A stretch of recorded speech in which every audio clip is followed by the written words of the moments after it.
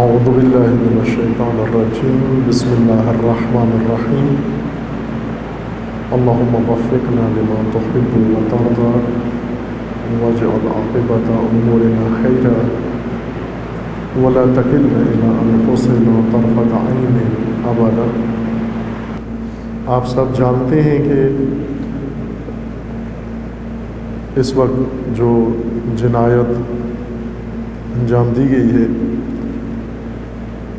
توہین آمیز فلم بنائی گئی ہے اور اس میں تمسخر اڑایا گیا ہے عظیم ترین ہستی کا، مقدس ترین ہستی کا، و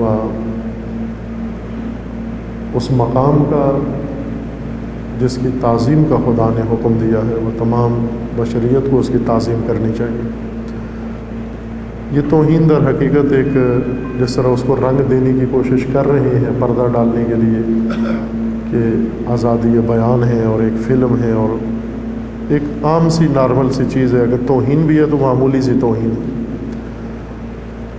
ایسے نہیں ہے، یہ باقاعدہ ایک منصوبے کے طور پر یہ کام ہو رہا ہے اور مدت سے پہلے سے جاری ہے اور آئندہ جاری رہے گا۔ یہ ایک بڑی جنگ کا حصہ ہے۔ اس جنگ کا ایک شعبہ یہ ہے جو اس طرح سے اس پر عمل پیرا ہو رہے ہیں، مقدسات کی توہین کرنا، قرآن سوزی کرنا، توہین آمیز خاکے بنانا، فلمیں بنانا اور اس طرح اور مزید آگے، اور اس کی میڈیا کے ذریعے سے تشہیر کرنا۔ اس سے مسلمانوں کی تذلیل و تحقیر مقصود ہے۔ اس سے یہ نہیں چاہتے کہ مسلمانوں کو آزمائیں، ان کی غیرت یا ان کی شجاعت یا ان کی اسلام دوستی کو آزما چکے ہیں اور آزمانے کے بعد اس کی کمزوریاں اسلامی ملت کی ڈھونڈ چکے ہیں اور ان کمزوریوں سے فائدہ اٹھا کر ابھی تذلیل و تحقیر پہ آئے ہوئے ہیں۔ اور اس سلسلے میں عبرتناک نمونہ جو ہے وہ عربوں کا ہے کہ سعودی عرب اس موقع پر جس کو اس مسئلے میں سب سے آگے ہونا چاہیے تھا، اس کا کردار بہت ہی ظالمانہ و گھناؤنا کا اور خیانت کارانہ کردار ہے۔ انہوں نے باقاعدہ فتووں کے ذریعے اور بیانات کے ذریعے اور عملاً بھی پوری دنیا میں مظاہرے ہوئے ہیں، لیکن سعودی عرب نے نہیں ہونے دیے۔ اگرچہ شیعہ نشین علاقوں میں کیے ہیں مظاہرے اور ہر روز کر بھی رہے ہیں، لیکن باقی سعودی عرب کے کسی شہر میں انہوں نے یہ بات تک نہیں کی، نہ ان کے علماء نے، نہ مفتیوں نے، نہ ان کے حکمرانوں نے۔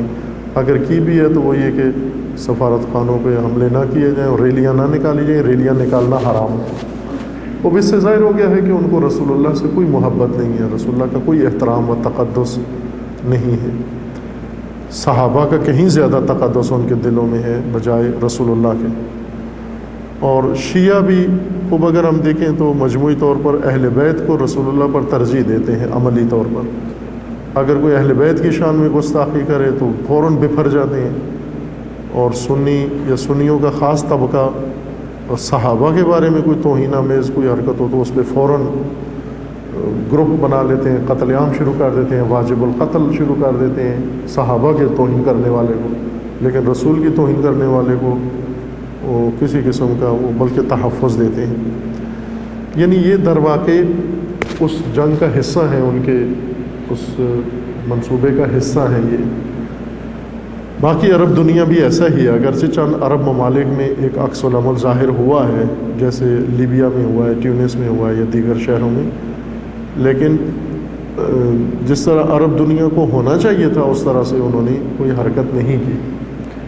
پاکستان میں بھی مدت تک خاموشی رہی ہے، اور اس خاموشی کے بعد آہستہ آہستہ، اور اس کو بھی تشیع نے پہل کی ہے بیداری میں اور شہید بھی دیا ہے اس راہ میں۔ پھر اس کے بعد دیکھا دیکھی دوسرے میدان میں آئے اور گزشتہ جمعہ جو اوج تھا وہ سب نے دیکھ لیا۔ خوب عزیزان، یہ آپ جانتے ہیں بخوبی کہ اسلام کے خلاف ایک بہت ہی ظالمانہ جنگ ہے، بہت ظالمانہ جنگ دین کے خلاف، اسلام کے خلاف، جس میں تشیع مرکز اور محور ہے۔ جو بھی پلاننگ ہوتی ہے اس میں محور تشیع کو قرار دیتے ہیں، باقی دنیا اسلام کو ثانوی حیثیت دیتے ہیں، اصل حملہ تشیع کے اوپر ہوتا ہے۔ اور ابھی بھی آپ دیکھیں کہ پوری دنیا میں اس مسئلے میں اگر بھرپور طریقے سے کچھ عمل ہو رہا ہے تو تشیع کی طرف سے ہو رہا ہے۔ پاکستان میں بھی ہماری ذمہ داری یہی ہے کہ ہم اس فریضے کو ادا کریں۔ ایک اور کارروائی یہ ہے کہ سارا رخ موڑا جا رہا ہے فلم ساز کی طرف، فلم بنانے والا، پروڈیوسر یا ڈائریکٹر یا اس میں جو عوامل تھے۔ اوباما نے بھی اس کی مذمت کی ہے، اس ایکٹریس نے بھی مذمت کی ہے جس نے اس میں باقاعدہ کردار ادا کیا ہے، ایکٹنگ کی ہے، اس نے بھی اس کی مذمت کی، کیس بھی کیا اس نے۔ بان کی مون نے، جنرل سیکرٹری UN اس نے بھی مذمت کی ہے، اور ہیلری نے بھی، اور فلاں نے بھی، اور پاکستان کی وزیر خارجہ نے بھی، اور ہمارے بعض مسلمانوں نے بھی کیا ہے کہ فلم کی مذمت کرنا اور جس نے فلم بنائی ہے اس کی مذمت کرنا۔ جبکہ فلم بنانے والا ایک مہرہ ہے، کوئی نیا فلم بنانے والا لے آئیں گے، سلمان رشدی ایک مہرہ ہے، اور ڈنمارک کا کارٹونسٹ ایک مہرہ ہے۔ یہ مہرے بدلتے رہیں گے، ان کی جگہ پر اور بہت سارے تیار کر کے لے آئیں گے، ان کے ذریعے سے یہ کام کرائیں گے اور جاری رکھیں گے۔ انحراف اس میں یہ ہے کہ وقتی اور جذباتی رد عمل ظاہر ہو جاتا ہے جس کی انہیں توقع ہوتی ہے۔ ابھی جو کچھ ہو رہا ہے یہ عین توقع کے مطابق ہو رہا ہے۔ ہمیشہ آپ کو یاد ہوگا پیپلز پارٹی کی جو سابقہ حکومت تھی اسحاق خان کے زمانے میں، اس وقت ٹی وی ریڈیو کی ایک عورت مسئول قرار دی تھی، رانا شیخ، اگر نام غلط نہ میں لے رہا ہوں تو یاد ہوگا شاید آپ کو۔ رانا شیخ ایک بوڑھی سی عورت تھی، اس کو ریڈیو ٹی وی کا چیئرمین یا جو بھی عہدہ ہے مقرر کیا گیا تھا، اور انہوں نے بہت ہی فحاشی پھیلانا شروع کر دی تھی۔ جو انڈیا ٹی وی میں ہوتا ہے وہی انہوں نے پاکستان میں شروع کر دیا تھا، ننگے ڈانس اور فوش گانی، یہ پاکستان کے PTV نے شروع کر دیا تھا یہ سب کچھ۔ اس وقت یہ پرائیویٹ چینل ظاہراً نہیں ایکٹیو نہیں ہوئے تھے،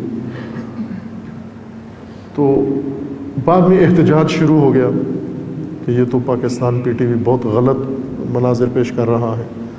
حتیٰ سیکولر لوگ جو دیندار بھی نہیں تھے انہیں بھی پسند نہیں آیا، ظاہر بہت بے غیرتی اور بے حیائی حد تک جا پہنچی تھی۔ اس نے پھر یہ مجھے بلوچستان ٹی وی کے اس نے ڈائریکٹر نے بتائی تھی، ڈائریکٹر جنرل یا جو بھی اس کا رینک تھا مجھے اب معلوم نہیں، نام بھی بھول گیا اس کا۔ اس نے یہ بات بتائی تھی کہ GM سب جو تھے جتنے بھی ایریاز ان کی میٹنگ میں اس نے، رانا شیخ نے یہ بات کی تھی کہ ہمیشہ جب بھی کوئی قدم اٹھاتے ہو، غلطی کرتے ہو، یعنی فساد کی طرف قدم اٹھاتے ہو تو ہمیشہ 2 قدم اٹھایا کرو یا چند قدم اٹھایا کرو، اور اس توقع کے ساتھ اٹھایا کرو کہ ریئیکشن بھی آئے گا، اور جب ریئیکشن آئے گا تو پھر آپ کو حالات سے مجبور ہو کر تھوڑے سے عقب نشینی کرنی پڑے گی، اور عقب نشینی کر کے بھی تم چند قدم آگے ہی رہو۔ اس نے کہا کہ مثلا اگر تم ایک چیز شروع کرنا چاہتے ہو، فرض کرو فوش ڈرامے شروع کرنا چاہتے ہو، تو اس سے کہیں زیادہ آگے چلے جاؤ، عریانیت کی طرف چلے جاؤ، بعد میں رد عمل ظاہر ہوگا، رد عمل کے نتیجے میں آپ عریانیت پہ پابندی لگا دو، ڈانس جاری رہے گا اپنی جگہ پر، احتجاج کرنے والے چپ ہو جائیں گے، ہمارے مطالبات مانے گئے ہیں، یعنی ایک مارجن رکھتے ہیں مطالبات کرنے والوں کے لیے، احتجاج کرنے والوں کے لیے، ریئیکشن دکھانے والوں کے لیے۔ ہمیشہ یہ ہوتا ہے ہمیشہ کہ آپ پہلے سے ان کے لیے، مثلا جس طرح بزنس مین ہوتے ہیں انہیں عورتوں کو چھوٹ دینی ہوتی ہے قیمتوں میں دکان پہ، وہ چھوٹ وہ کوئی اصل قیمت سے یا پرافٹ سے نہیں دیتے، وہ ایسے انہوں نے اوپر ایک کاذب کاسٹ لگائی ہوتی ہے اور وہ بارگیننگ کر کر کے مثلا قیمت آدھی کرا لیتی ہیں عورتیں، اور بہت خوش ہوتی ہیں وہ سامان جب خرید کے لے جاتی ہیں۔ اور دکاندار بھی خوش ہوتا ہے، چونکہ دکاندار نے بھی اصل پرافٹ سے بھی کہیں زیادہ، پھر بھی اس نے آدھی کم کر کے قیمت، پھر بھی اس نے بہت کچھ کما لیا، چونکہ جو کچھ اس نے مارجن رکھا ہوا تھا وہ بہت ہائی، عورتوں کی توقع کے مطابق اس نے رکھا ہوا تھا کہ اتنا کریں گی وہ اسرار۔ یہ بھی اسی طرح کرتے ہیں، اصول یہی ہے کہ جب بھی وہ آگے آتے ہیں آپ کے اوپر چڑھائی کرتے ہیں تو اتنا مارجن رکھتے ہیں کہ اتنی ہمارے اوپر چڑھائی ہوگی، اتنا ریئیکشن ہوگا، اتنا عکس العمل ہوگا، اور ہمیں اس کے بعد اتنا پیچھے آنا ہوگا، اور پیچھے آ کر بھی ہم بہت ایڈوانس ہوں گے۔ یہ طے ہے یہ مسئلہ، بہت سارے اس کے شعبے ہیں، مثالیں دی جا سکتی ہیں، یہاں پر یہی ہے۔ یہ جو کچھ ہوا ہے یہ عین ان کی توقع کے مطابق ہوا ہے، سوائے لیبیا کے۔ بنغازی میں جو کچھ ہوا ہے، ان کا سفیر مارا گیا، یہ ان کی توقع نہیں تھی، باقی سب کچھ ان کی توقع تھی کہ یہ ہمارے پرچم جلائیں گے، ہمارے قونصلیٹ پر حملہ کریں گے، ہمارے خلاف نعرے لگائیں گے، جلسے جلوس، اور ان جلسے جلوسوں کی ایک عمر ہوتی ہے خاص، 1-2 ہفتے، اس کے بعد یہ خود ہی لوگ چپ کر کے چپ سادھ کے بیٹھ جاتے ہیں۔ پاکستان میں واقعاً کامیاب لوگ ہیں بہت۔ جب افغانستان جنگ ختم ہوئی تھی اور یہ عرب مجاہدین، جن کو اس وقت مجاہدین ہی کہتے تھے، ابھی شدت پسند نہیں بنے تھے اور ٹیرورسٹ ان کو کہنا نہیں شروع کیا تھا، ابھی تک جہادی تھے، ان کے اسکان کا مسئلہ تھا کہ ان کا کیا کریں۔ ابھی ہم پرابلم تھا کہ افغانستان میں باقی رکھیں، ان کو اپنے اپنے ملکوں میں ڈال دیں، واپس کر دیں۔ کچھ اپنے اپنے ملکوں میں بھیج دیے گئے، ان میں سے الجزائر میں گئے، یاد ہوگا الجزائر میں قتل عام کرتے تھے، پورا پورا گاؤں ذبح کر دیتے تھے جا کر، یہی افغان مجاہدین جو واپس عرب لوٹ کر گئے، پہلا ٹرپ انہوں نے ادھر ہی بھیجا تھا، الجزائر واپس کیا تھا، اور نام مجھے بھول گیا ہے اس کا، ان کے لیڈر کا، جو القاعدہ یا طالبان کا تھا، نام اس کا میرے ذہن سے نکل گیا ہے، بہت مشہور تھا وہ۔ انہوں نے پورے پورے گاؤں، مثلا 300 آدمیوں کا سر قلم کر دیتے تھے، ذبح کرتے تھے عورتوں مردوں بچوں کو۔ یہ منظر جب دیکھا دوسرے سارے ڈر گئے۔ انہوں نے پشاور میں وزرائے خارجہ کی، اسلامی ممالک کے وزرائے خارجہ کی اور متعلقہ جو تھے، ان کی پشاور میں میٹنگ ہوئی۔ اس وقت پاکستان کے وزیر خارجہ، انہوں نے تقریر کی وہاں پر، عرب وزرائے خارجہ آئے ہوئے تھے اور وہ سارے پریشان تھے، وہ ہاتھ جوڑتے تھے کہ ان کو بھیجو نہیں، یہ ہماری حکومتوں کے لیے مشکلات کھڑی کریں گے۔ بس ان اردن میں جو گئے ہیں انہوں نے وہاں گروپ بنانا شروع کر دیے، مصریوں نے آ کر التجا کی کہ واپس نہ بھیجو ان کو، اور دیگر جو ممالک تھے، الجزائر کے وزیر خارجہ نے بڑی گرم تقریر کی تھی۔ اس کے اوپر پاکستانی وزیر خارجہ نے ان کو کہا کہ آپ لوگوں کو طریقہ نہیں آتا ان کو کنٹرول کرنے کا، دیکھیں پاکستان میں یہ سب موجود ہیں۔ اس وقت یہ قتل عام اور یہ دہشت گردی اندر پاکستان کی شفٹ نہیں ہوئی تھی، شیعہ کو مارتے تھے، اور شیعہ کو مارنا حکومت کے لیے کوئی مسئلہ ہی نہیں تھا، وہ سمجھتے تھے یہ تو ویسے ہی واجب القتل ہے۔ باقی کچھ سارا امن تھا، اس لیے وہ کہتے تھے پاکستان میں امن ہے۔ اور وجہ کیا ہے؟ وجہ یہ ہے کہ یہ وزیر خارجہ کے جملے تھے، انہوں نے کہا کہ یہ جماعتیں ساری دہشت گرد ہو جاتی اگر ہم آپ کی طرح ان پر پابندیاں لگاتے، بس جماعت اسلامی دہشت گرد ہو جاتی، جمعیت دہشت گرد ہو جاتی۔ ہم نے ان کو چھٹی دی ہے، کھلی الیکشن میں آئے ہیں، لڑیں، الیکشن لڑیں، لوگ خود ہی ریجیکٹ کریں گے انہیں، اور اس طرح جو ہے ان کا اثر زائل ہو جاتا ہے۔ لہٰذا پاکستان میں یہ گروپ موجود ہوتے ہوئے خطرہ نہیں ہے، تو آپ بھی ان کو اس طرح سے ریلیکس دیں تاکہ یہ خود ہی عوام کی نظروں سے گر جائیں۔ یہ فارمولہ پاکستانی وزیر خارجہ نے پیش کیا تھا، خوب کہ وہ غلط نکلا، پاکستان ہی کو انہوں نے پھر تباہ کیا، لیکن عرب دنیا نے قبول نہیں کیا ان کو، نہ سعودی عرب نے نہ کسی نے، کہا کہ آپ واپس پاکستان میں ہی رکھو۔ تب سے وزیرستان سلیکٹ کیا گیا کہ ان سب کو جمع کر کے ایک نئی اسٹیٹ بنائی جائے، اور جب ضرورت پڑے، جہاں ضرورت پڑے ان کو لے جائیں، جیسا کہ ابھی سوریہ لے گئے ہیں ان کو ترکیہ کے راستے سے۔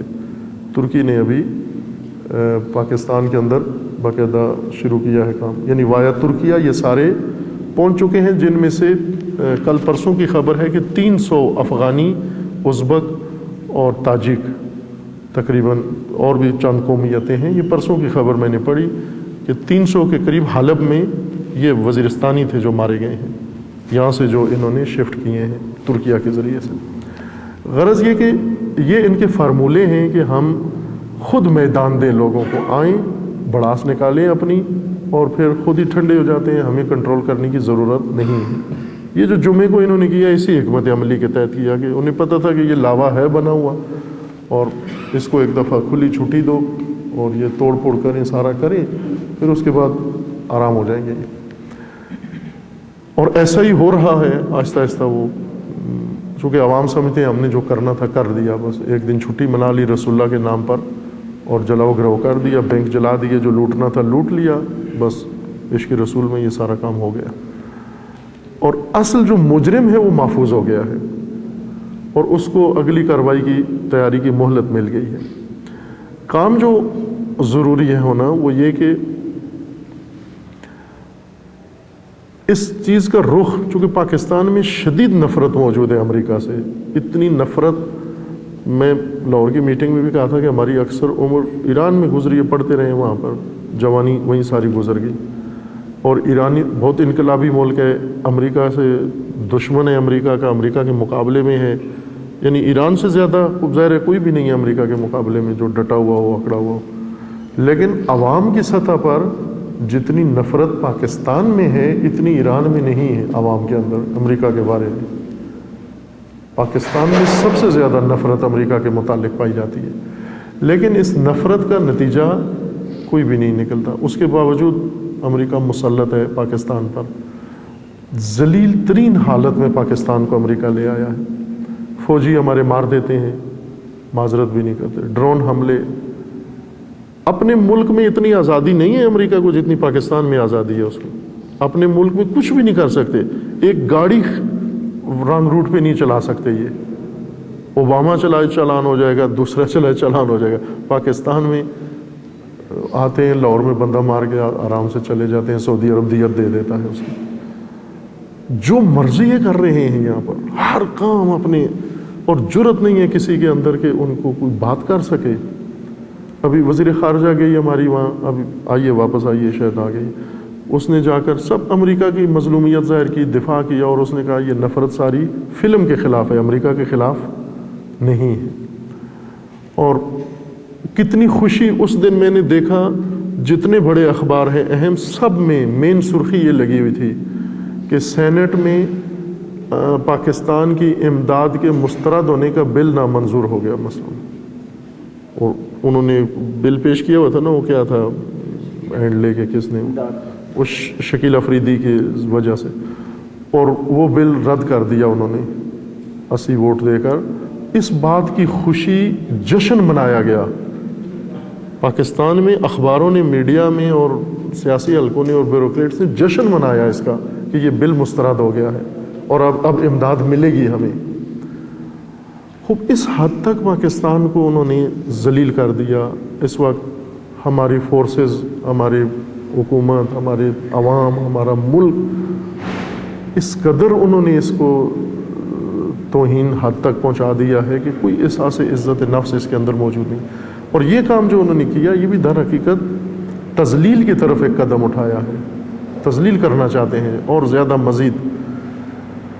اس کو رخ دینے کی ضرورت ہے۔ میں نے عرض کیا تھا کہ تشیع امامت کا مذہب ہے۔ ہم ابھی تک امامت کو، جیسا میں نے تقریر میں کہا کہ صوفیانہ امامت کے قائل ہیں ہم شیعہ، قرآنی امامت کے قائل نہیں ہیں، صوفیانہ امامت کے قائل ہیں۔ امام کا مطلب ایک مقدس ہستی ہے، جب بیمار ہو، دانت میں درد ہو تو جا کے پھونک مروا لیں، جب بچہ چاہیے ہو تو شفا کے لیے یا اولاد کے لیے دعا کرا لیں۔ یہ صوفیانہ امامت ہے، یہ قطبیت و ابدالیت ہے نہ امامت ہے۔ امامت ہے ہی سیاسی رہنمائی کا نام امامت ہے، سیاسی پیشوائی کا نام امامت ہے۔ امامت عہدہ ہی سیاسی ہے۔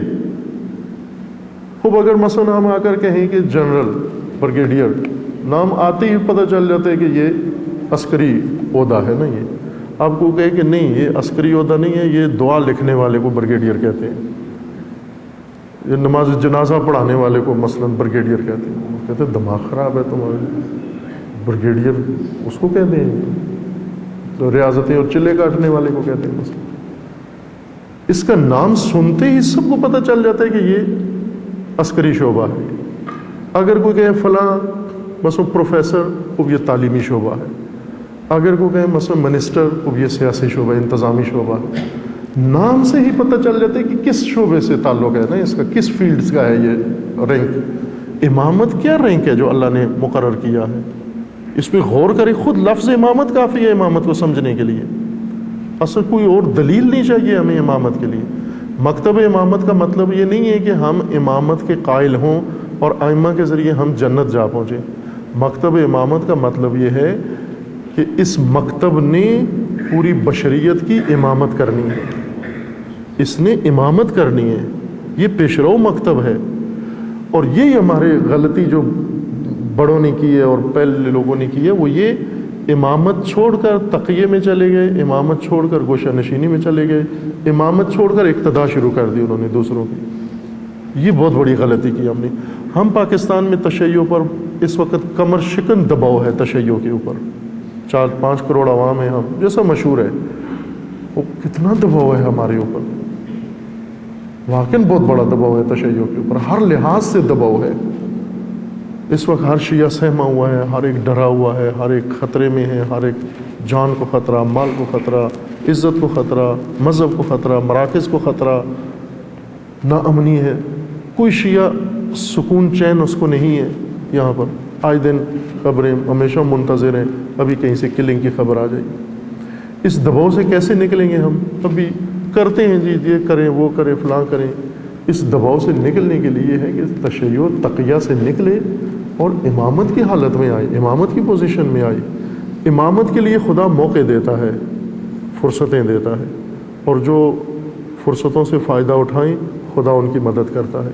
جو فرصتیں ضائع کریں خدا بھی ان سے توفیقات چھین لیتا ہے پھر کہ تمہارا حق ذلت ہے. جس طرح بنی اسرائیل کو اللہ نے بہت فرصتیں دی، انہوں نے ضائع کی، پھر اللہ تعالیٰ نے فرمایا کہ ضربت علیہم الذلۃ والمسکنہ، تمہارے لیے ذلت و رسوائی ہی ٹھیک ہے، اب تم قیامت تک ذلیل ہی رہو.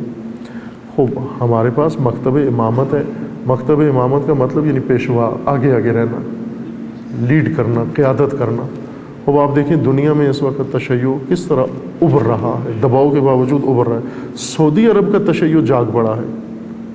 اس وقت انہوں نے پابندی لگائی ہوئی ہے کہ کسی نے بھی فلم کے خلاف مظاہرہ نہیں کرنا.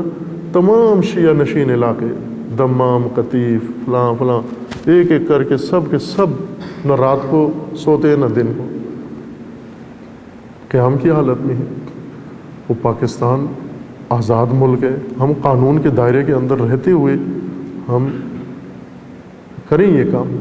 دیکھیں اس وقت جو انہوں نے 20 سال سے 22 سال سے مثلا پاکستان میں شور ادھم مچایا ہوا تھا، کافر کافر کا نعرہ لگاتے تھے، آج اپنی زبان سے کہہ رہے ہیں کہ جن کو ہم متہم بکفر کرتے تھے سب سے پہلے انہوں نے قربانی دی ہے رسول اللہ کی حرمت کے لیے، ناموس رسول اللہ کے لیے. اور جو بڑے مدعی بن رہے تھے وہ چپ سادھ کے بیٹھے ہوئے ہیں، ساری دنیا کے سامنے رسوا ہوئے ہیں. اور تشیع کو خدا نے عزت دی ہے، بہت عزت دی ہے خدا و تعالیٰ نے. اس کو ہم نے بیدار رکھنا ہے، جاری رکھنا ہے. آپ جانتے ہیں کہ بیداری کا پرچم ہمارے رہبر نے اٹھایا دنیا کے اندر. بعد میں انہوں نے میڈیا کے ذریعے سے وہ جعلی لیڈر درست کیے، اسامہ و فلاں فلاں، اور دنیا کو تباہ کیا.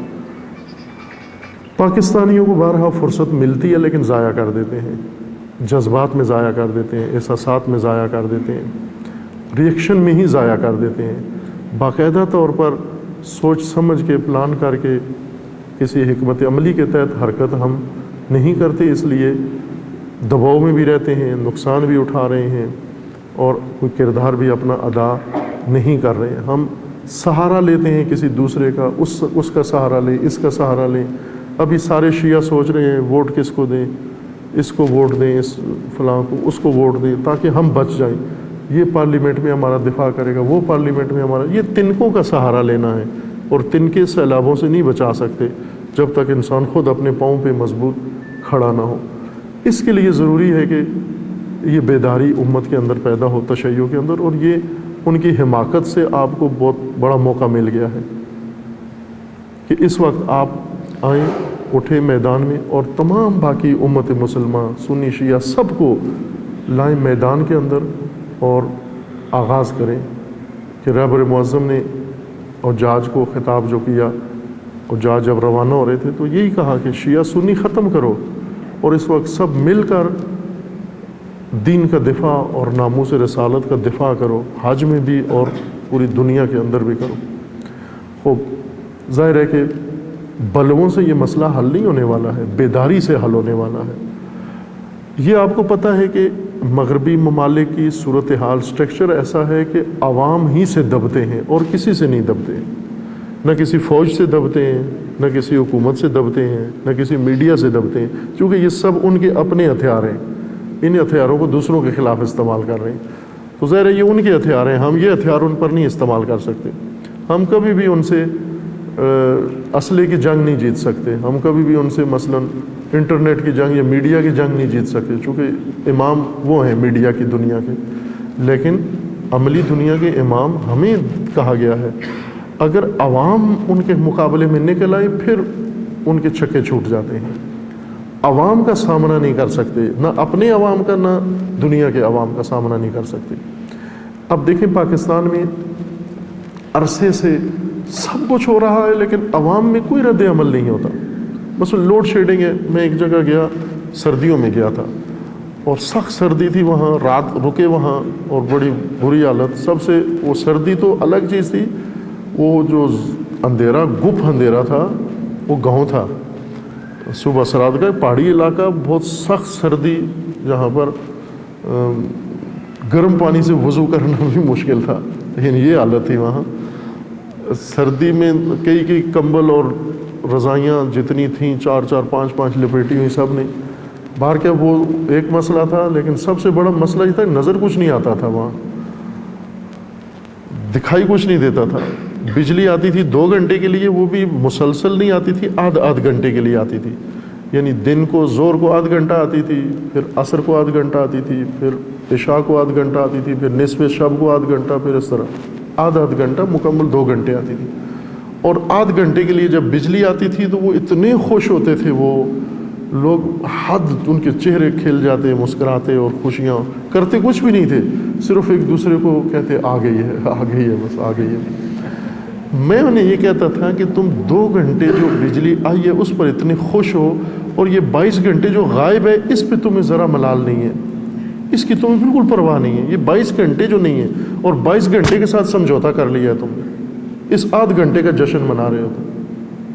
اور یہ پوری قوم کا احساس ہے اس وقت ہمارے پاس کہ فوراً ہم تذلیل کے ساتھ سمجھوتا کر لیتے ہیں، ذلت کے ساتھ سمجھوتا کر لیتے ہیں، محرومیت کے ساتھ سمجھوتا کر لیتے ہیں، جبکہ بڑی آسانی سے اس سے نکل سکتے ہیں، ہم سمجھوتا نہ کریں، ہم بہت آسانی سے اس ذلت سے باہر آ سکتے ہیں، اور اس کے لیے کوئی ایسا قدم جو سمجھتے ہیں، بعض لوگ ہوتے ہیں نا محتاط قسم کے، جی یوں ہو جائے گا، وہ ہو جائے گا، فلاں ہو جائے گا، نہ، قانون کے دائرے کے اندر رہ کر اپنے ملک کی سلامتی کے لیے، اپنی قوم کی سلامتی کے لیے، اپنے عوام کی دفاع و تحفظ کے لیے ضروری ہے کہ اس ملک سے اس منحوس تسلط کو ختم کیا جائے۔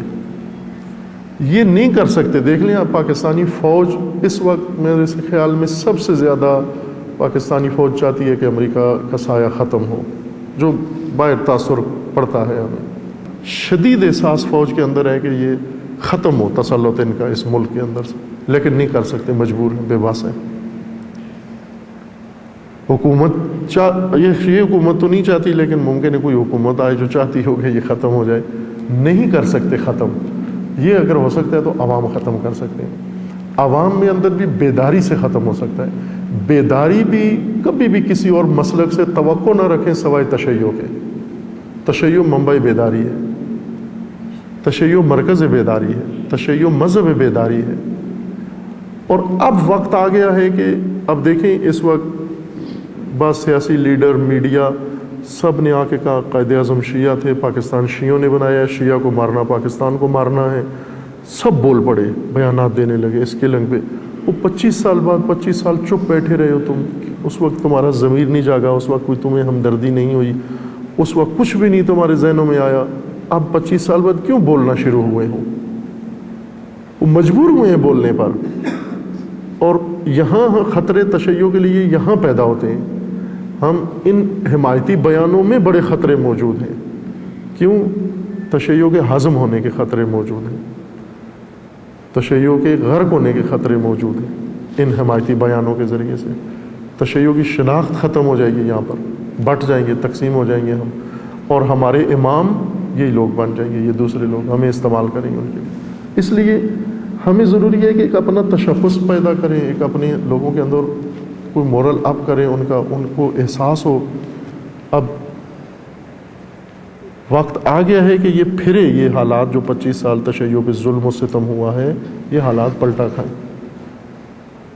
یہ موقع ہے بہترین کہ ہم پہل کریں، میدان میں آئیں اور ایک بہت ہی معقول طریقے سے، نپے تلے طریقے سے، سمجھداری کے ساتھ، حکمت عملی کے تحت تمام مسلمانوں کو ساتھ ملائیں، تمام اہل سنت کے تمام مسالک و مکاتب کو ساتھ ملائیں، اور وہ اس وقت حاضر ہیں، اس سے پہلے کبھی بھی تشیع کے ساتھ بیٹھنے کے لیے تیار نہیں تھے، یہ پہلی دفعہ ہے کہ وہ حاضر ہیں، یعنی مجبور ہیں کہ وہ آئیں تشیع کے ساتھ، چونکہ ان کے اندر ہے کوئی نہیں ہے جو ایسی جاندار آواز اٹھائے، جرأت مندانہ آواز اٹھائے۔ جس تحریک نے یہ کال دی ہے وہ چند مہینے پہلے اسی کے بارے میں وہ آیا کہ امریکی کونسلیٹ نے کہا کہ ہم نے ان کو ڈالر دیے ہیں، انہوں نے کیشیئر اپنا نکال دیا کہ جس نے راز لیک کر دیا تھا۔ لیکن پاکیزہ چیز تشیع ہی ہے، ہم مظلوم ضرور ہیں لیکن پاک ہیں، آلودہ نہیں ہیں، وابستہ نہیں ہیں، اس لیے یہی مکتب اور یہی ملت یہ کر سکتے ہیں یہ کام، اور ایک حق بھی بنتا ہے کہ ہم رسول اللہ کے حق میں ہم نے کوتاہی کی ہے، کوتاہی اس معنی میں کہ ہم نے کبھی بھی رسول اللہ کی شان میں کبھی کوئی بڑا کام نہیں کیا، جتنا اہل بیت کے بارے میں کرتے ہیں، وہ اہل بیت تو ایک شاخ ہے رسول اللہ کی، اصل تو ذات گرامی رسول اللہ ہیں، اور یہ موقع ہے کہ وہ سابقہ کوتاہیوں کی تلافی ہو۔ لہٰذا اس وقت بہت بڑی فرصت ہے تشیع کے پاس کہ یہ آئیں، میدان میں آئیں، اس سے بہت بڑی تقویت ہوگی، اس سے دباؤ سے باہر آئیں گے، اور اس سے ایک اتحاد کا مظاہرہ ہوگا، باقی ساری امت ملے گی۔ پہلے ہم ڈھونڈتے ہیں پناہیں کہ ہمیں کوئی لے، مثلا ہم جماعت اسلامی کا سہارا لیتے ہیں، کبھی کس پارٹی کا سہارا لیتے ہیں، کبھی فلاں میں ملی یکجہتی کونسل میں آتے ہیں، کبھی کس میں آتے ہیں، اور یہاں پناہ محسوس کرتے ہیں کہ ان کے نرغے میں ہم اپنے آپ کو محفوظ خیال کرتے ہیں، جبکہ اس وقت صورتحال یہ ہے کہ یہ آئیں آپ کے ساتھ اور قبول کریں آپ کو، اور آپ جس طرح سے آگے مسئلے کو بڑھائیں اس طرح سے یہ آپ کے ساتھ چلیں، ان کی مجبوری ہے یہ، لیکن یہ ہونے والا کام ہے، اس کے لیے ہوشیاری بیداری کی ضرورت ہے، اور ہمیں عکس العمل دکھانے کی ضرورت ہے کہ ہم ایک بیداری امت کے نام سے اور دفاع ناموس رسالت کے نام سے اس سلسلے کو مٹنے نہ دیں، جاری رکھیں، اور ہمارے ملک کی بقا اسی کے اندر ہے کہ ساری امت ایک دفعہ شامل ہو جائے اس احساس کے اندر، کم از کم اثر یہ ہوگا، کیونکہ میں نے عرض کیا کہ عوام کی بہت بڑی طاقت ہوتی ہے، عوام کی طاقت فوج سے زیادہ ہے، حکومت سے زیادہ ہے، ہر چیز سے زیادہ عوام کی طاقت ہے، اور عوام اگر بے شعور ہوں تو ان سے زیادہ ضعیف کوئی اور نہیں ہو سکتا، کروڑوں کی تعداد میں بھی ہوں، مٹھی بھر دہشت گرد ان کے اوپر مسلط ہو جاتے ہیں۔ اس مغلوبیت سے باہر آنے کے لیے ہمیں اس وقت ضرورت ہے کہ ہم آئیں انشاءاللہ۔ لاہور میں ہم نے تمام جتنے بھی بڑے بڑے ہیں تشیع کے اندر سیٹ اپ بنے ہوئے، تنظیمیں یا غیر تنظیمی لوگ، سب کو دعوت دی، سب آئے وہاں پر، وہ مدارس ہیں، تنظیمیں ہیں، شخصیات ہیں، اور انفرادی حیثیت سے جو لوگ ہیں ان سب کو، یعنی نمائندگی کی حیثیت سے، اور وہیں یہ طے کیا کہ یہ کام کرنا ہے، سب نے اتفاق کیا اور شروع کر دیا ہے کام۔ ابھی جیسا آقا نے اعلان کیا 7 اکتوبر کو ناصر باغ لاہور میں اجتماع ہوگا، یہ پہلا قدم ہے، اسی میں پھر دوسرا قدم یہ ہے کہ ہم آگے کراچی دوسرا پروگرام کریں، تیسرا پروگرام ربیع الاول آ رہا ہے اسلام آباد میں کریں، اس طرح سے ملت تشیع واقعاً اس مقام پہ آ جائے جو اس کا حق بنتا ہے اس ملک کے اندر، اور دوسرے مسلمان بھی ساتھ ملیں اس کے آ کے اور تسلیم کریں اس کو، اور کریں گے انشاءاللہ۔ ظاہر ہے کہ تشیع فرقہ وارانہ ماحول سے باہر آ رہا ہے اور ذرا اوپر کی سطح پہ آ کے بات کر رہا ہے، فرقوں سے اوپر آ کر بات کر رہا ہے، اپنی سطح بلند کر رہا ہے۔ ہم صرف شیعہ کی بات کریں گے تو ظاہر ہے دوسرا مسلک اپنی بات کرے گا، لیکن جب ہم رسالت کی بات کرتے ہیں، نبوت کی بات کرتے ہیں، قرآن کی بات کرتے ہیں، وحی کی بات کرتے ہیں، مشترکات دین کی بات کرتے ہیں، اور اس کے لیے اب دیکھیں بے گناہ و بے خود کتنے شیعہ مارے گئے، بابو سر میں مارے گئے، ادھر چلاس میں مارے گئے، کوئٹہ میں قتل عام ہو رہا ہے، ذبح ہو رہے ہیں، کراچی میں ہو رہے ہیں، پارا چنار میں ہو رہے ہیں، وہ مار رہے ہیں ہمیں صبح و شام، قتل عام کر رہے ہیں آپ کا۔ یوں تو نہیں ہے کہ اگر ہم کوئی حرکت نہ کریں تو محفوظ ہیں، پھر ہمارا کوئی اس طرح زیادہ ضعف ہے، اس طرح محفوظ ہیں ہم۔ اب آپ کا دفاع دوسرے کریں گے۔ مثلا لاہور جمعے کے دن یہ بعض جو دہشت گرد جاہل لوگ ہیں، ان کی ایک ریلی آئی، انہوں نے ریلی میں آ کر شیعہ کافر کے نعرے لگانا شروع کر دیے جمعے کے دن۔ لاہور کے اندر یہ منظر پیش آیا تو خود اہل سنت کے لوگ گئے اور ان کو جا کر ملامت کی اور ان سے لڑائی کے لیے تیار ہو گئے، اور ان کو کہا کہ یہ بند کرو یہ بکواس، تمہیں پتہ نہیں ہے کہ اس ملت نے قربانی دی ہے، انہوں نے پہل کی ہے، انہوں نے جا کر سارا وہ بھرم رکھا ہے ہمارا، تم ان کے خلاف بولتے ہو۔ ابھی پہلی دفعہ ہو رہا ہے کہ تشیع کا دفاع سنی کر رہا، چونکہ تشیع نے قبول کروایا اپنے اس رول سے، کردار سے۔ اب یہ عملی موقع ہوتے ہیں کسی امت کے لیے کہ اپنے آپ کو اس سے نکالے باہر اور بڑی سطح پر آ کر ایک اچھے موقع پر آ کر اچھی موقعیت سے مسئلے کو اٹھائے اور بات کرے۔ اب ظاہر ہے اس میں سب کی شمولیت ضروری ہے۔ جب ہم کہتے ہیں اہل سنت سارے اس میں شامل ہوں تو اہل سنت سے پہلے شیعہ سب اس کے اندر شامل ہوں، تمام طبقات، جو بھی جس تفکر کے ساتھ ہیں، جو بھی جس شناخت کے ساتھ ہیں، جو بھی جس ترتیب کے ساتھ ہیں، اسی کو محفوظ کرتے ہوئے۔ ہم نہیں کہتے کہ تنظیمیں ختم کریں یا چھوڑیں یا فلانا، جو جس طرح سے ہے اسی شناخت کے ساتھ آئے، اس حرکت کے اندر، اس تحریک کے اندر شامل ہو، اپنا فریضہ و حق ادا کرے، تاکہ انشاءاللہ پاکستان میں بہت اس کے فوائد ہیں۔ ایک تو تشیع کو اپنا مقام نصیب ہو، یہ دباؤ سے باہر آئیں، اور دوسرا اہم مقصود کہ ملک، وطن و قوم ہماری اپنی اس ذلت و منوسیت سے آزاد ہو، نوست سے آزاد ہو، اور جرأت ملے، کچھ حکمرانوں کو بھی جرأت ملے اور ہماری دوسروں کو بھی جرأت ملے کہ انہیں پتہ ہو کہ ایک بیدار عوام، آگاہ عوام ہماری پشت پر ہے۔ اس وقت اب نہ ہماری حکومت اپنے عوام پہ بھروسہ کرتی ہے اور نہ کر سکتی ہے، اور نہ ہی فوج، چونکہ عوام میں وہ بیداری نہیں ہے۔ جب عوام میں بیداری ہوتی ہے تو اب دیکھیں مثلا ایران میں عوام بیدار ہیں تو لیڈر ان کا امریکہ میں جا کر کس طرح بولتا ہے، ہمارا لیڈر کیا زبان استعمال کرتے ہیں، ان کا لیڈر کیا بولتا ہے، چونکہ پیچھے اس کو پتہ ہے کہ میری پشت مضبوط ہے، ایک بیدار ملت میرے پیچھے بیٹھی ہوئی ہے جو ہر قدم اٹھانے کے لیے تیار ہے۔ لہٰذا امریکہ کے اندر جا کر جنرل اسمبلی میں جا کر چڑھ کے بات کرتا ہے، ڈنکے کی چوٹ پہ بات کرتا ہے، ان کو جو سنا کے آتا ہے وہاں پر، ابھی بھی گئے ہوئے ہیں وہاں پر، ان کو یہی خطرہ رہتا ہے کہ یہ آ کر یہاں پر آ کے ہمیں بے عزت کر کے چلے جاتے ہیں۔ اب یہ بیدار امتوں سے حوصلے بڑھتے ہیں آگے۔ اس وقت ہمارے حکمرانوں کی ذلت اور ہمارے دوسروں کی جو تذلیل ہے وہ بھی اسی وجہ سے ہے۔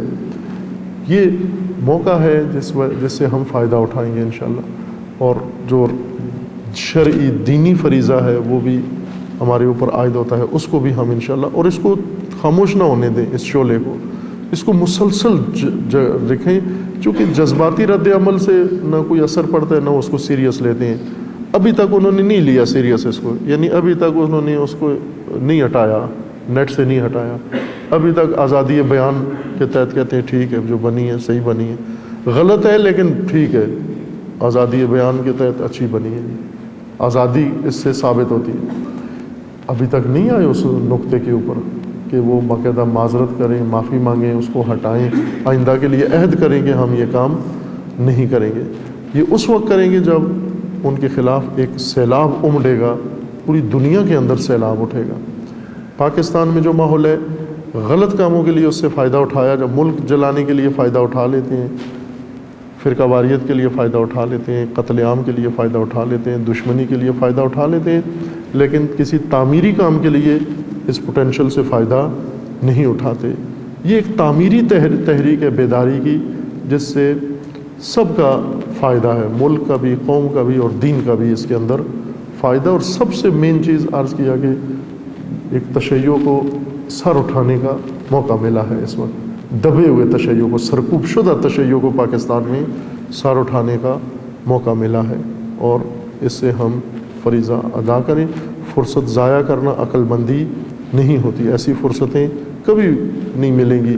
اور پھر آپ کو یہ قدم اٹھانا آپ کے لیے محال ہو جائے گا، ظاہر ہے عادی حالات ہو جائیں گے، پھر لوگ اپنے کاموں میں پھر آپ جو مرضی یہ کرتے رہیں، کوئی ضرورت محسوس نہیں کرتا، کہیں گے پاگل ہیں یہ کیا کرنا چاہتے ہیں۔ اس لیے جیسے وہاں پر سب نے آمادگی کا اظہار کیا اور الحمدللہ مشغول ہو گئے ہیں، ہر شہر میں ضروری ہے، راولپنڈی، اسلام آباد اور ارد گرد کے جو علاقہ ہے اس کا یہ ایک بہت بڑا علاقہ ہے، یہاں سے ہمیں توقع ہے کہ انشاءاللہ یہ حاضرین اور وہ دوستان جو یہاں نہیں ہیں لیکن اس کام میں انشاءاللہ شامل ہوں گے، سب کے سب علماء و فعالین و تنظیمیں و دیگر سب مل کر انشاءاللہ ایک بھرپور طریقے سے اس اجتماع کے اندر ہم شریک ہوں، سب طبقات، چھوٹے بڑے سب طبقات شریک ہوں، معزز و جوان و خواتین و بچے و سب کے سب اس کے اندر شریک ہوں، تاکہ یہ پیغام پوری دنیا کو وصول ہو، انشاءاللہ موصول ہو، اور اللہ تعالیٰ کی نصرت سے، مدد سے انشاءاللہ جو کام ابھی تک نہیں ہو سکا وہ اب انجام پائے، اور وہ آپ کے ہاتھوں سے انشاءاللہ انجام پائے انشاءاللہ۔ اب اس بارے میں ممکن ہے سوالات بھی بہت سارے ہوں، تحفظات بھی بہت سارے ہوں، بہت ساری مسائل ہوں، ظاہر سی باتیں ہیں، پاکستان کی فضا ہی ایسی ہے، اعتماد کسی کو کسی پر نہیں ہے، بدبینی، بدگمانی، سوء ظن اور اس طرح کی محافظہ کاری، محتاط انداز، اور حق بھی بنتا ہے چونکہ ٹھیس بہت پہنچی ہے اعتماد کو اور سوء استفادہ اس سے بہت ہوا ہے، یہ ساری باتیں اپنی جگہ ہیں، لیکن جب انسان میں بصیرت ہو تو آنکھوں سے دیکھ لیتا ہے سب کچھ، اور اتنی کنفیوژن کا موقع نہیں ہے، اگرچہ اکا دکا ذہنوں میں ہوتی ہے اور وہ ایک ذہن میں ہی رہنی چاہیے، اس سے منتقل نہیں ہونی چاہیے کنفیوژن دوسروں کے اندر۔ بعض ہوتے ہیں بالکل مطمئن ہوتے ہیں، میں ایک جگہ تھا جی، کچھ جوان آئے ہوئے تھے تعلیم کے لیے، ان کو تعلیم دی ایک جوان، دو جوان تھے اور ایک مولانا، تو وہ مولانا آ کے کہنے لگے کہ آغا صاحب یہ جوانوں کو کچھ ولایت فقیہ کے بارے میں کچھ سوالات ہیں، کچھ شبہات ہیں، تو وہ جوان بولا کہ کہنے لگا کہ ہمارے ذہن میں کوئی شبہ نہیں ہے، آپ کے ذہن میں شبہ ہے۔ مولانا بولا آپ اپنا شبہ دور کریں، میرے ذہن میں کوئی شبہ نہیں ہے، میں بالکل مطمئن ہوں۔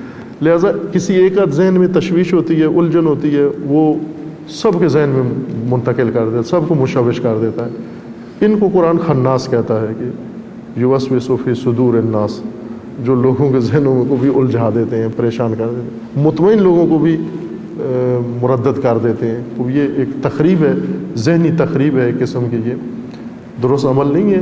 جن کو کوئی الجھن ہوتی ہے وہ اپنی الجھن دور کر لے آ کر، لیکن دوسروں کو اس میں نہ مبتلا کریں جو مطمئن لوگ ہیں۔ انشاءاللہ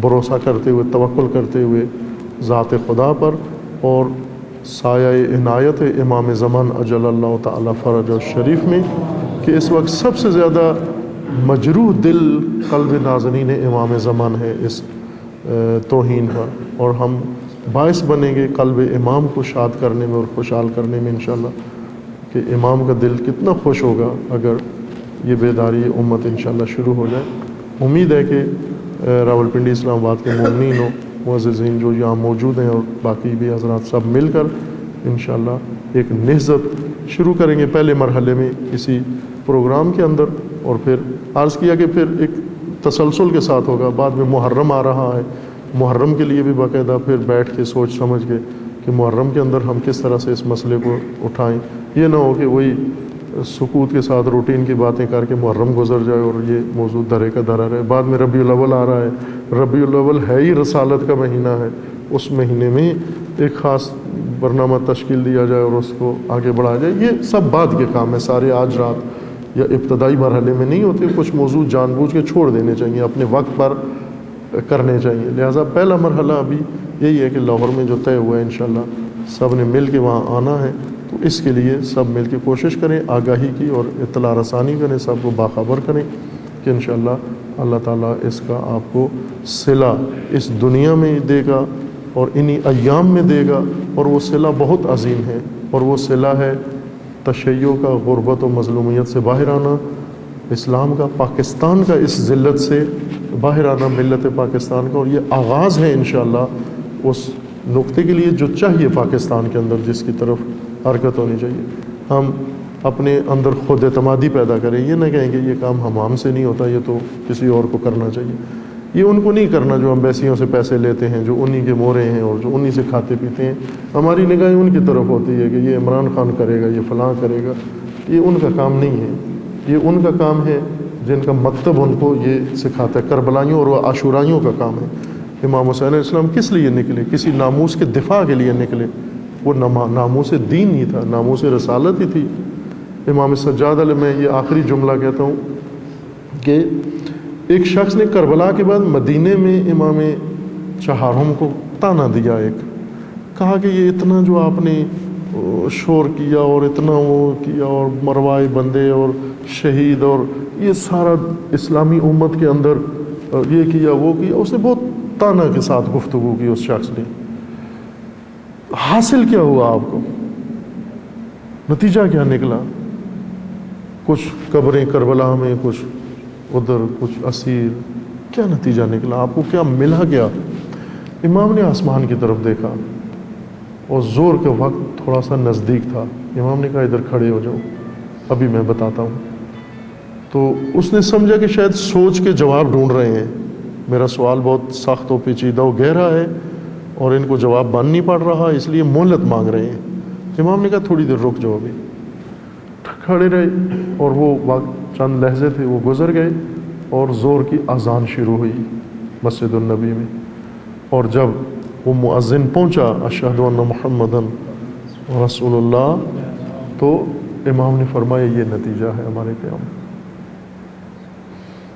یہ ہے نتیجہ. پوچھا نا تو نے کیا نکلا؟ یہ نتیجہ. اگر میں اور میرا خاندان نہ جاتے، میرے بابا قربانی نہ دیتے، یہ نہ ہوتی آج. یہ محمد رسول اللہ ختم تھا. یہ میں نے بچایا، یہ ہم نے بچایا ہے. یہ سارا یہ بچایا ہے ہم. عزیزان، عاشورہ و کربلا یہی درس دیتا ہے ہمیں، یہی دفاع و تحفظ ہمیں سکھاتا ہے. یوں نہیں ہے کہ عاشورہ کا راستہ کوئی الگ راستہ ہے. یہی تحفظ دین، مقدسات دین. یزید کیا کر رہا تھا؟ بنو امیہ کیا کر رہے تھے؟ یہی پائمالیاں و بے حرمتیاں یہی کر رہے تھے نا سب. اور وہی آج ہو رہا ہے. اور ہمیں عاشورائی، ہمیں کربلائی، ہم روتے رہے ہیں ساری عمر امام حسین. آج وقت آیا ہے کہ سید الشہداء کی راہ پر انشاءاللہ اٹھیں، قدم بڑھائیں، اور خدا بھی انشاءاللہ آپ کے ساتھ ہے. ہو چکا تشیع کا امتحان پاکستان میں، کافی ہو چکا ہے. اب صلے کا وقت آ گیا ہے. خون شہداء انشاءاللہ اپنا اثر دکھائے گا. اور آپ کوشش کریں کہ آپ شامل رہیں اس میں، آپ کا نام آئے.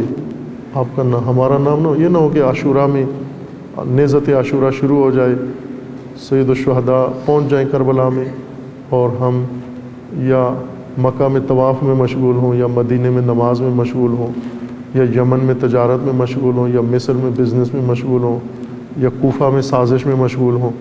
ایسا نہ ہو کہیں کہ ہم میٹنگوں میں اور تنظیموں میں اور اس میں الجھے رہیں اور کربلا اور عاشورہ ہو کے گزر بھی جائے اور ہمارا نام کسی جگہ نہ ہو، بلکہ ساکتین میں اور خاموش لوگوں میں اور تماشائیوں میں ہمارا نام ہو. یہ بہت شرمندگی ہوگی ہمیں. انشاءاللہ خدا بچائے گا ہمیں اس شرمندگی سے، اور اللہ سب کو مہلت دے گا، فرصت دے گا ہمیں کہ انشاءاللہ ہم یہ رسول اللہ کا دین و قرض، چونکہ ہماری ہر چیز رسول اللہ کے طفیل ہے، ہر چیز رسول اللہ کے طفیل ہے، تو اس قرض کو، دین کو انشاءاللہ ہم ادا کریں. اللہم صلی علی محمد و علی محمد. اللہم بحق اسمک العظیم الاعظم الاعز الاجل الاکرم یا اللہ یا اللہ یا اللہ. خدا بندہ بحق محمد و علی محمد. یہ مومنین جس مقصد کے لیے یہاں پر تشریف فرما ہیں، جو ارادے نیک ہیں ان کے، جس راہ میں قدم اٹھانا چاہتے ہیں، پروردگارہ اس راہ میں ان کو کامیابی و کامرانی عطا فرما. خدا بندہ ان تمام مومنین کو ہمت و استقامت عطا فرما. پروردگارہ بحق محمد و آل محمد اسلام و مسلمین کو سربلند فرما، دشمنان اسلام و مسلمین کو سرنگون فرما، ان ظالمین کو ظلم سمیت نیست و نابود فرما، ان حتاکان و ان گستاخان کو پروردگارہ اپنے حامیوں سرپرستوں سمیت نیست و نابود فرما. امت مسلمہ کے اندر اتحاد و اتفاق برقرار فرما. اس امت کے اندر شعور و بیداری عطا فرما، اور پروردگارہ اس مملکت پاکستان کو دشمنوں کے شر سے محفوظ فرما. اس ملت کے اندر اتحاد و اتفاق برقرار فرما. خدا بندہ بحق محمد و آل محمد ملک کے اندر امن و امان برقرار فرما.